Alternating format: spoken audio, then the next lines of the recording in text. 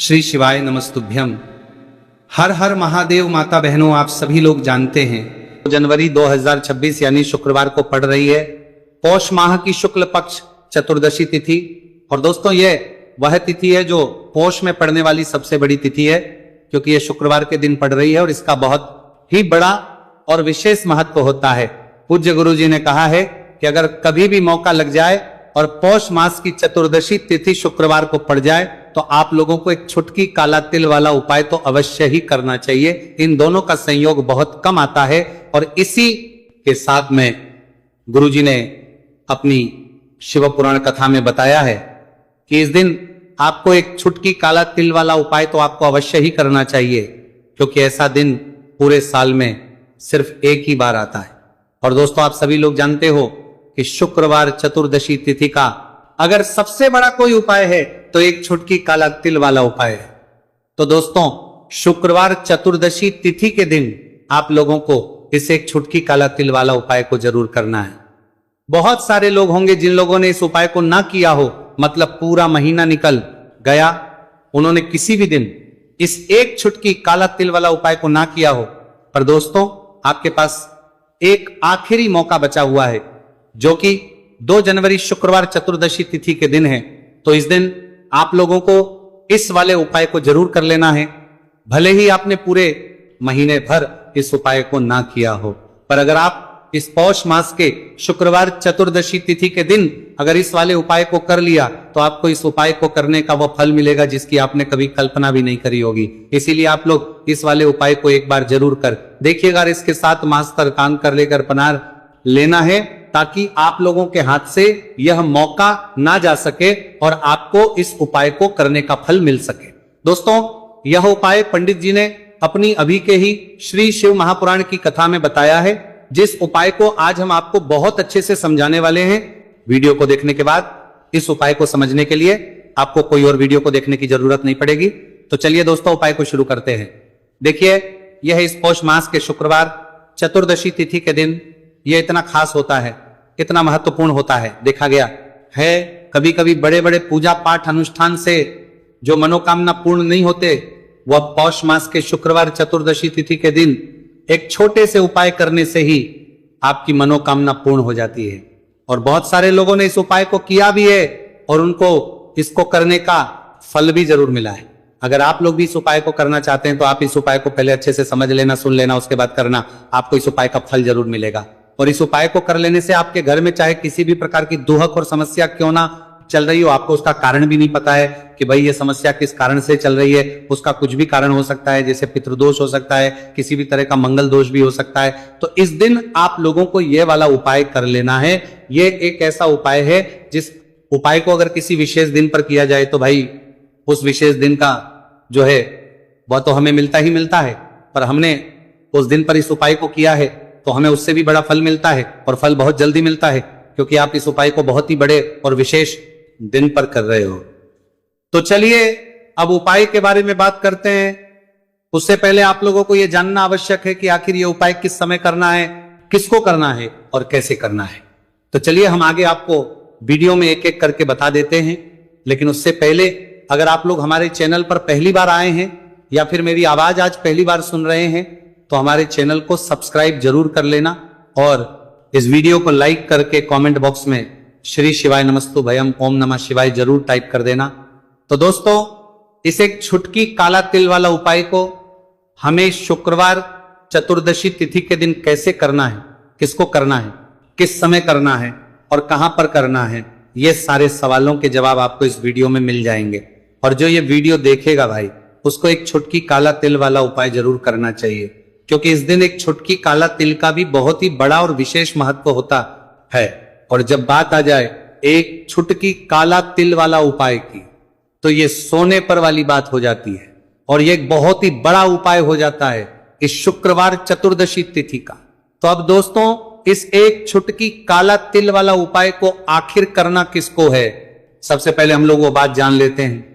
तो देखो, घर की जो बड़ी माताएं बहनें होती हैं, उन माताओं बहनों में से कोई भी एक बड़ी माता बहन इस वाले उपाय को कर सकती है।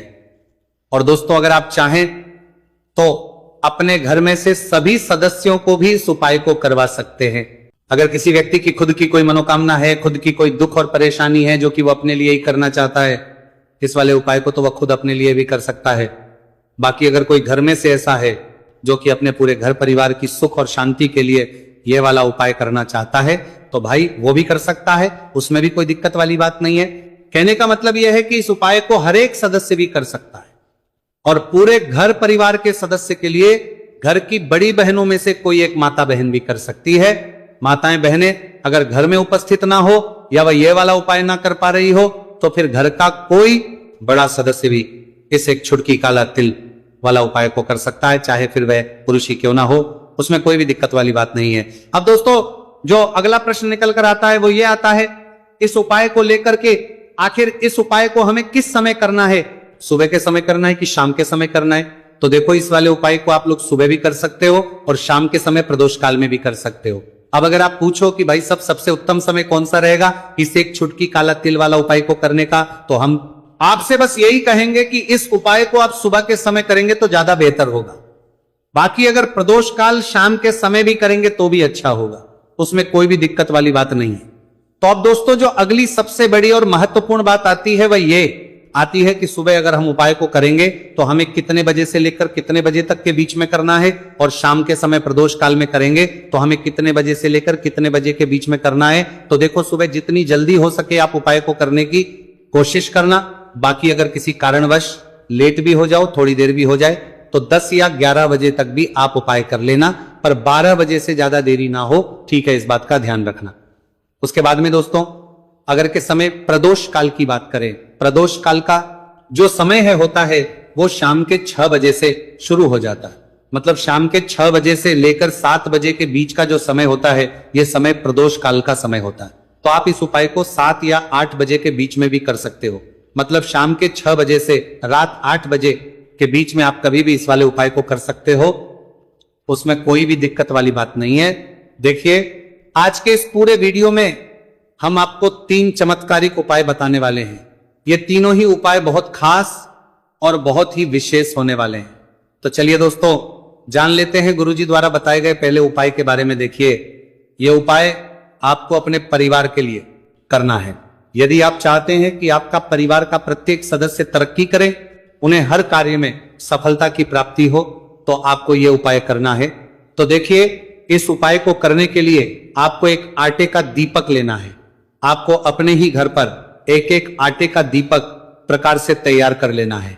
अब देखिए दोस्तों, इस प्रकार से आटे का दीपक तैयार करने के बाद इसी के साथ में आपको एक चुटकी हल्दी भी लेनी होगी। अब ये दोनों ही सामग्रियां लेकर के आपको पहुंच जाना है अपने ही घर में तुलसी जी के पौधे के पास में। देखिए, कई लोग कमेंट करके पूछ रहे हैं कि क्या हम तुलसी जी के पौधे के वहां पर, हमारे घर में जो तुलसी जी का पौधा है वह सूख चुका है, तो वहां पर भी इस उपाय को कर सकते हैं। तो हाँ, बिल्कुल आप इस उपाय को, जो आपके घर में तुलसी जी का पौधा है वहीं पर आपको ये उपाय करना है। देखिए, सबसे पहले तो आपको ये जो उपाय है सूर्यास्त के बाद यानी कि रात्रि के समय में ही करना होगा। अब देखिए, सबसे पहले आपके पास जो एक छुटकी हल्दी है उसे आपको तुलसी जी के पौधे में डाल देना है। अब देखिए, आप जो एक आटे का दीपक लेकर के आए हैं, सबसे पहले तो आपको उसे तुलसी जी के पौधे के पास में रखना है, और तुलसी जी पौधे के पास में रखने के बाद इस दीपक में हमें शुद्ध घी का प्रयोग करना है, और इसी दीपक में हमें गोल रूप की बाती का प्रयोग करना है। क्योंकि ये जो दीपक है विशेषकर हम हरि विष्णु नारायण के नाम से लगा रहे हैं। अब इस दीपक को आपको प्रज्वलित कर देना है, और आपको भगवान विष्णु से, माता तुलसी से प्रार्थना करनी है कि हमारे घर में परिवार का प्रत्यक्ष सदस्य तरक्की करे, उसे अपने हर कार्य में सफलता की प्राप्ति हो, पूरा परिवार खुश रहे। हे भगवान नारायण, आप हमारे परिवार की रक्षा करना। अब देखिए, दीपक को प्रज्वलित करने के बाद आपको तुलसी जी के पौधे के नीचे यदि तुलसी जी का पत्ता गिरा हुआ पड़ा है तो उसे आपको उठा लेना है। आपको ध्यान रखना है, तुलसी जी के पौधे से पत्ता तोड़ना नहीं है, नीचे गिरा हुआ है तो उसे आपको उठा लेना है। अब देखिए, आपके घर में भगवान विष्णु की, भगवान श्री राम की या फिर भगवान श्री कृष्ण की यानी कि श्री विष्णु के किसी भी अवतार की प्रतिमा लगी हुई है, तो वहां पर आपको जाना है, और आपको थोड़ी सी चीनी या फिर मिश्री आपके घर में हो तो उनका भोग आपको भगवान विष्णु के सामने लगाना है, और जो आप तुलसी जी का पत्ता लेकर के आए हैं उसे भी आपको उसी भोग में डाल देना है। अब देखिए, थोड़ी सी देर इस भोग को वहीं पर रखे रहने देना है, और फिर इस भोग को आपको अपने घर के परिवार के प्रत्येक सदस्य को प्रसाद स्वरूप प्रदान करना है। यकीन, इस उपाय को करने से आपके परिवार का प्रत्येक सदस्य हमेशा तरक्की पर रहता है और आपके परिवार में हमेशा खुशियां बनी रहती हैं। तो इस प्रकार से आप प्रतिमा है तो उनके सामने आपको बैठ जाना है। अगर माता पार्वती की प्रतिमा है तो उनके सामने आपको बैठ जाना है, यानी कि किसी भी माता के स्वरूप के सामने आपको बैठ जाना है। अब देखिए, सबसे पहले तो आपको माता रानी के सामने थोड़ी सी चावल की ढेरी बना देनी है, यानी कि थोड़े से अक्षत के दाने आपको माता रानी के सामने रखना है। उसके बाद आप जो एक दीपक लेकर के गए हैं, उस दीपक को आपको उन्हीं चावल के दानों के ऊपर रख देना है और फिर इस दीपक को आपको माता के सामने प्रज्वलित कर देना है। देखिए, इस दीपक को प्रज्वलित करते समय आपको ओम महालक्ष्मी नमः इस मंत्र का लगातार जाप करते रहना है।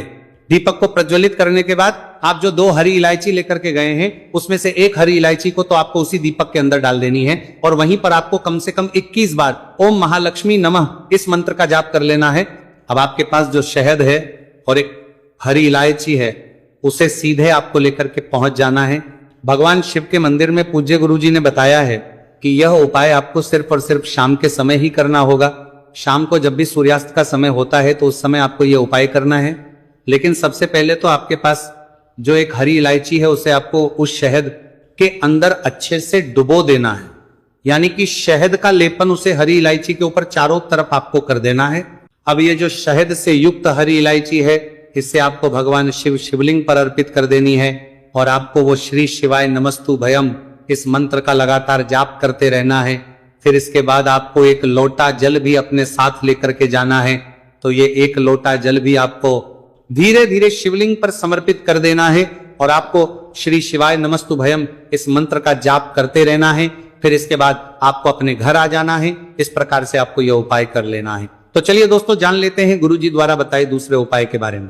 मैं देखिए, इस उपाय के लिए आपको लेना है 11 चावल के दाने। गुरु जी ने कहा है चावल के दाने खंडित नहीं लेने हैं, बिल्कुल साबुत होने चाहिए। उसके साथ में आपको लेना है एक बेलपत्र। बेलपत्र का भी एक नियम है, अगर आपके पास बेलपत्र नहीं है तो आप शिवलिंग से उठाकर उसको पुनः शुद्ध जल से धोकर इस्तेमाल कर सकते हैं। इस प्रकार आपको बेलपत्र लेना है। इसके बाद आपको एक लोटा जल लेना है। अब ये सब लेकर आपको जाना है महादेव के मंदिर में। देखो, अब आपको उत्तर साइड में खड़े हो जाना है और सबसे पहले आपको एक बेलपत्र अपने हाथ पर और 11 चावल दाने रखकर शिवलिंग के ऊपर अपना नाम और गोत्र बोलते हुए समर्पित कर देना है और ओम नमः शिवाय श्री शिवाय नमस्तु भयम का लगातार जाप करना है। अब आपको जो एक लोटा जल साथ में लेकर आए थे, उसे धीरे धीरे बेलपत्र और चावल दाने के ठीक ऊपर आपको समर्पित करते जाना है और शिव पुराण के मंत्र श्री शिवाय नमस्तु भयम का 11 बार जाप करना है और अपनी मनोकामना बोलते जाना है। देखो, बस छोटा सा उपाय करना है, देखना एक दिन आपके सब काम बनने लग जाएंगे। गुरुजी का बहुत ही विशेष उपाय है। चलते हैं तीसरे उपाय की तरफ। देखिए, इस उपाय के लिए आपको एक तांबे के पात्र के अंदर सबसे पहले अपने घर से शुद्ध जल लेना है। फिर इसी के साथ में आपको मात्र थोड़ा सा शहद लेना होगा। शहद आपको आधा चम्मच या फिर उससे भी कम लेना है और इसी के साथ एक प्यारी सी बेलपत्र ले लेनी है। बेलपत्र यदि आपको नहीं मिल पाती है तो भगवान शिव के शिवलिंग पर चढ़ी हुई बेलपत्रों को आप पूर्ण शुद्ध जल से धोकर के उपयोग कर सकते हैं। और बेलपत्र जो है वह कहीं से भी कटी फटी खंडित नहीं होनी चाहिए। अब ये तीनों सामग्री लेकर के सीधे आपको पहुंच जाना होगा भगवान शिव के मंदिर में। यह उपाय सुबह से लेकर के शाम तक किसी भी समय कर सकते हैं। देखिए, सबसे पहले तो आपके पास जो शहद, उससे आपको अपने सीधे हाथ की चिट्ठी उंगली के जो पास वाली उंगली होती है, अनामिका उंगली, उसमें थोड़ा सा शहद आपको लेना है और इससे फिर आपको शिवलिंग पर, जहां माता अशोक सुंदरी का स्थान होता है, वहां पर आपको ओम का निर्माण करना है। लेकिन जलाधारी के बिल्कुल बीच में जो स्थान होता है, उसे माता अशोक सुंदरी का स्थान कहते हैं और इसी स्थान पर आपको शहद से ओम का निर्माण करना है। अब दोस्तों, आपके पास जो एक बेलपत्र है, उसे आपको अपने सीधे हाथ की हथेली रखना है और महादेव से आपको अपनी विशेष मनोकामना, आपके जीवन में जो भी संकट चल रहे हैं, जो भी समस्याएं चल रही हैं, जो भी जीवन में दुर्भाग्य बना हुआ है, आप अपने किसी भी कार्य में सफल नहीं हो पाए रहे हैं, तो जिस भी प्रकार की आपकी समस्या है, उसे दूर करने के लिए आपको महादेव से प्रार्थना कर लेनी है। और फिर ये जो एक बेलपत्र है, इससे आपको शिवलिंग पर माता अशोक सुंदरी वाले स्थान पर समर्पित कर देनी। देखिए, जहां पर आपने ओम का निर्माण किया है, उसी के ऊपर आपको ये बेलपत्र भी समर्पित कर देनी है। देखिए बेलपत्र की चिकनी साइड का हिस्सा शिवलिंग से स्पर्श होगा और इसकी जो डंडी है वो आपको जलाधारी की ओर रखनी है। बड़ी पत्ती वाला भाग शिवलिंग की तरफ रहेगा। इसी प्रकार से आपको ये बेलपत्र समर्पित कर देनी है। अब दोस्तों आपके पास जो एक जल का पात्र है उसमें से थोड़ा सा जल तो आपको बेलपत्र की जो आगे वाली पत्ती है उस पर आपको समर्पित करना है और आपको श्री शिवाय नमस्तु भयम इस मंत्र का जाप कर लेना है। फिर उस पात्र के अंदर जो जल बचेगा उसे पूरा आपको भगवान शिव के शिवलिंग पर धीरे धीरे समर्पित करते जाना है और लगातार आपको शिव महापुराण के मूल मंत्र श्री शिवाय नमस्तु भयम इस मंत्र का जाप करते रहना है। गुरुजी ने कहा है कि जल आपको इतने धीरे धीरे समर्पित करना है कि जल समर्पित करते हुए आप कम से कम 11 बार श्री शिवाय नमस्तु भयम या फिर ओम नमः शिवाय इस मंत्र का जाप कर सके। फिर इसके बाद वापस आपको अपने घर आ जाना है। इस प्रकार से आपको यह उपाय कर लेना है। आप देखेंगे कि आपकी सभी मनोकामनाएं अवश्य ही पूरी होंगी। ये उपाय आपको अवश्य करने हैं। इस वीडियो में हमने आपको 3 से 4 महा उपाय आपको बताए हैं जो आपको शुक्रवार के दिन करने हैं। अगर आपके मन में उपाय से जुड़ा कोई भी सवाल है तो आप कमेंट बॉक्स में पूछ सकते हैं। अगर आपको हमारी ये वीडियो पसंद आई हो तो हमारे इस वीडियो को लाइक करें, को सब्सक्राइब करें और कमेंट बॉक्स में लिखें हर हर महादेव जय मां लक्ष्मी को। यदि आपके जीवन में आर्थिक संकट बहुत अधिक हो रहे हैं, धन की समस्या लगातार जीवन में बनी हुई है, एक एक रुपयों को प्राप्त करने के लिए आपको बहुत अधिक मेहनत कर रहे हैं, तो आज रात्रि में सोने से पहले आपको हो ये एक चमत्कारी दीपक का उपाय अवश्य करना है। या फिर यदि आपका जो व्यापार है, बिजनेस है, दुकान है वो अच्छे से नहीं चल पा रही है तो आज रात्रि में विशेष दीपक का उपाय आपको अवश्य करना चाहिए। देखो दोस्तों, दीपक हमारे घर में सभी नकारात्मक शक्ति को बाहर करता है। ये उपाय आपको साल में केवल 1 बार करने का ही मौका मिलता है। देखिए इस उपाय के लिए आपको तुलसी जी की जो सूखी लकड़ी होती है उसे ले लेना है। देखिए दोस्तों, यदि आपके पास पुरानी तुलसी जी की लकड़ी है तो उसे आप ले सकते हैं और यदि आपके घर में तुलसी जी जो लकड़ी है वो सूखी हुई है तो उसकी लकड़ी आप तोड़ करके इस्तेमाल कर सकते हैं। लेकिन आपको ध्यान रखना है कि सूर्यास्त से पहले पहले ही आपको ये जो तुलसी जी की लकड़ी है इसे अवश्य ही तोड़ लेना है। तो इस उपाय के लिए आपको सबसे पहले तो एक मिट्टी का दीपक लेना होगा, चाहे तो आटे का दीपक भी ले सके क्योंकि आटे का दीपक सभी दीपक में सर्वोत्तम माना गया है। इस दीपक के अंदर आपको शुद्ध घी का प्रयोग करना होगा और इससे दीपक के अंदर अपने जो तुलसी जी की लकड़ी ली है उसे भी रख देना है। लेकिन ये जो तुलसी जी की लकड़ी है इसमें आपको चारों तरफ अच्छे से घी लगा लेना है। देखिए गुरुजी ने बताया है कि जो तुलसी जी की लकड़ी है यदि आप उपाय करते हैं और बहुत ही शीघ्रता से जल जाती है तो इसके लिए आपको एक कार्य करना है। आपको थोड़ी सी रुई ले लेनी है और उस रुई को आपने जो तुलसी जी की लकड़ी ली है उस पर अच्छे से चारों तरफ लपेट देनी है। तुलसी जी की लकड़ी के ऊपर रुई लपेटने के बाद इसे आपको पूरा घी के अंदर डुबो लेना है। अब इसे आपको बाती के रूप में प्रयोग करना है। अब दोस्तों